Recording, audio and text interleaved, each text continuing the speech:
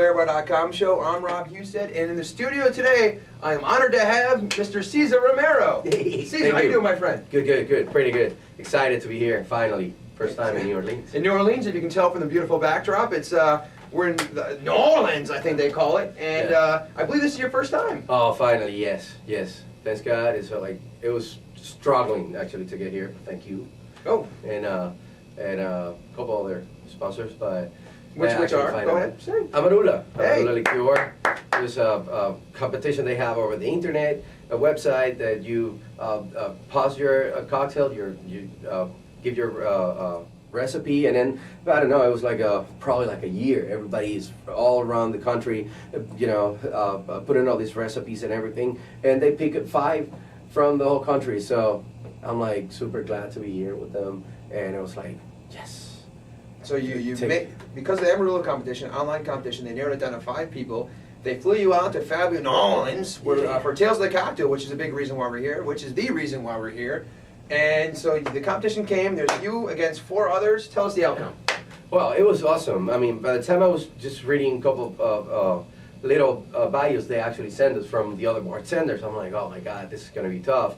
But at the end, everything ended up being fun, and just gathering with the other bartenders, sharing experience, talking about things, and just making a lot of friends.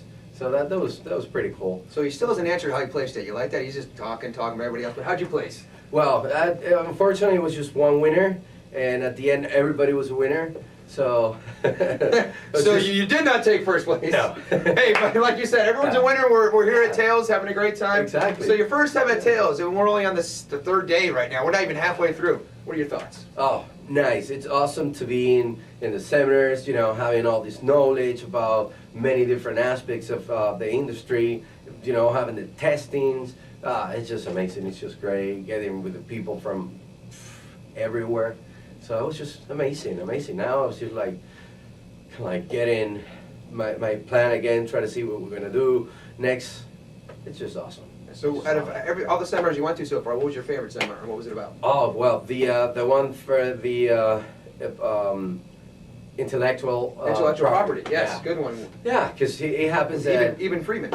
Yeah, it happens to be kind of like into the whole thing, like most people, probably a few bartenders passing through the consulting or changing themselves to the consulting thing. It happens to be sometimes people actually take advantage of it and try to take your intellectual property for them, and then you just lose your job. It happens to me. Actually, Flairbar.com was the window through I actually exposed what happened to me once.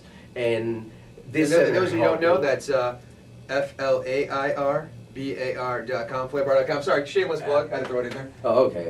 Thanks to Josh, our camera tech. Hopefully that's nice. on the screen. But anyways. Yeah, so, and having actually attempting this seminar helped me out a lot to understand how's your rights, what you can do, how you can do it, what's the people you can go through, and work out your situation, because you really have to get your job right on your win, tied it up to you. Don't let go of your stuff, because it's really frustrating when you make up the thing and award winnings all over. Your cocktail appears to be the most famous cocktail in the world, and it's now a way to recognize that yours. So, which you're well on your way. You're a phenomenal up and coming mixologist out of Miami. And when you and I first started, let's go back. Let's go back a little bit. When I first met you, you were a flair bartender, and not to say flair bartender mixologist. To me, I think we're all bartenders at the end of the day. But when I first met you, your discipline was flair, and then you want to explain how that's kind of evolved over the years, and how you start off in one mentality and how you maybe take it to the next level, if you will. Yeah, well, I would say because flair bartender was one of the things that I really liked from the beginning, seeing all this flipping, tossing, juggling, and it was so cool. Like, you have this bar full of people just watching you, and you have that, like, wow, I want to be famous, I want to be that big. And suddenly, I just get involved I was already bartending in a few places, I was doing some other stuff. I've been involved in restaurant business since like I was 16 years old. So from that, moving towards more knowledge, that's what I get into mixology, because flair bartending was something really cool to do. But at the end, I was like, figure it out. Now I want to create a really good cocktail and mixing it up with this. So if I can do the tricks and I can do a really good cocktail, boom, I got the magic. It Best would of be both everything. worlds. Yeah. So now, just all the food knowledge, everything, the ingredients, and you have all this world getting together, put it in one piece, and also you can do flair. Everybody's like, what? Because they actually, sometimes they get surprised because, start flipping bottles and thinking, they're like, this crazy Tom Cruise guy. Oh, how many times do you hear that? Hey, Hey, Tom Cruise, can I get a drink? Yeah, like, finally you finish it up. 10 minutes later. And then you do like, that little twist of lime and lemon and just put it in there. And then the guy just like, with the girl, basically, they sip it up and like, oh, wow. And like, yeah, that's it. Just feel that recognition that the cool moves and all that thing, and then pay the price when they sip it up and they're like, wow, this is good. I'm like, I know.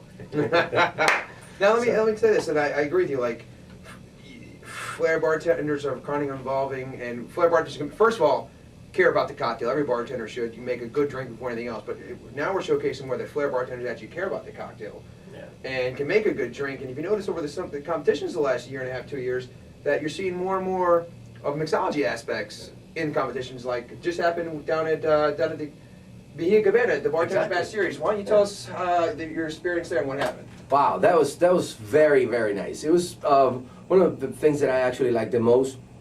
It's the reason that all the flair bartenders are getting into it, because they know that creating good cocktails, it's very important. So this was the first time that I finally compete with the mystery basket, which is actually something really cool, because that's where your potential and your knowledge about ingredients and all that stuff come through and showed up. So you can come up with anything you want, because it's just an expectation. I mean, it doesn't matter how many bartenders are. It's about the reason you want to put on that glass, and that's why bartenders are getting into it. They're like, oh yeah, I want to be there. I want to, come up with something like, I just want to open that basket and like whatever's in there and create a cocktail with it.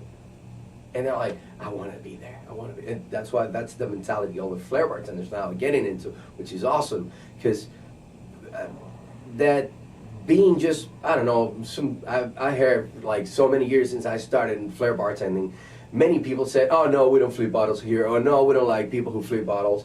Like, you don't even know what the industry is all about, because if I flip bottles, I'm gonna get more people into just watching my show, and they're gonna be buying drinks from me and everything else. Plus, I can do really good cocktails. So, what's that better than? I mean, I think you're right. I nothing think can beat it. in the beginning we got so popular so quick, but in a way it kind of hurt us, because a lot of people were so young and wanted to be the rock star bartenders and be in front of that crowd that they just couldn't wait to get behind the bar, and they would learn a move. Oh great, I got to do it behind the bar. And they would miss, they would spill, they would break, they would drop, they would slow down service, and it would give us more of a bad image than a good image. Yeah. But the professionals like yourself, myself, and many other professional flair bartenders out there, we not only can do it, we do it right. We don't drop, we don't spill, we don't slow down service. It takes me to make an absolute and cranberry the same time it would take a bartender to make an absolute and cranberry, but we do a little bit more style of entertainment. Exactly. And it's a good quality drink. We're doing something right. Throw For a little sure. finest called lime juice in there, and it's perfect. Yeah, it's actually, this is the finest mixology experience. And I'll say absolutely will be probably the touch of Nice. flavorness. Now you touched on the mystery basket earlier, which was a fun competition. It's the second time we did that. I think it went great. But we're going to come back and we're going to test your mixology skills. But I'll tell you this: there's no mystery basket this time. We just want to see something made with absolute and finest coal and see what you can do. Oh, are you yeah. down to step into our flairbar.com mixology bar? For sure. I'm totally ready for it. All right. Well, Let's do it. we'll be back right after these messages from our sponsors. Nice. Are we okay? Are we out? Yep. No, we're done. Awesome.